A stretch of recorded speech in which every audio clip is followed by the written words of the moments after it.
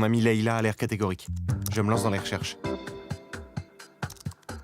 Un ETF est un produit d'investissement coté en bourse dont l'objectif est de répliquer les variations d'un indice boursier à la hausse comme à la baisse, comme le SP500 ou l'Eurostoxx, mais aussi des indices plus spécifiques.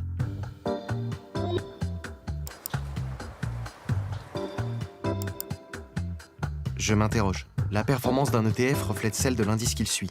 Cela veut donc dire qu'on s'expose aux fluctuations du marché, à la hausse, certes, mais aussi à la baisse. Je décide d'appeler Leïla pour qu'elle m'en dise plus sur les risques associés aux ETF. La perte en capital, par exemple, due aux fluctuations du marché.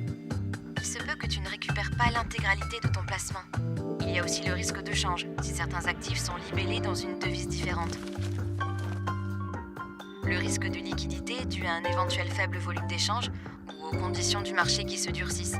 Ah, et le risque de contrepartie, lié à la capacité d'un établissement à respecter ses engagements. Tu vois ?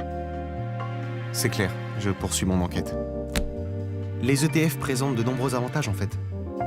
Ils donnent accès à un univers très vaste, avec les différentes classes d'actifs, zones géographiques ou toutes les thématiques spécifiques. Si je veux, je peux même choisir d'investir dans des entreprises qui correspondent à mes valeurs.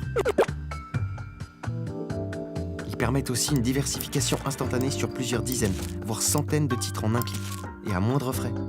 Et puis, comme ils sont cotés en bourse en continu, on peut profiter de la dynamique des marchés.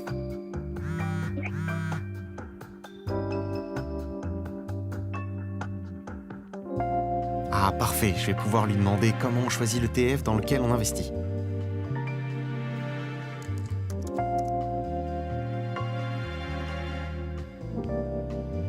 Alors vous allez devoir décider du niveau de risque auquel vous voulez vous exposer et donc d'une répartition entre les différentes classes d'actifs couvertes par les indices. Ces réponses sont claires et précises.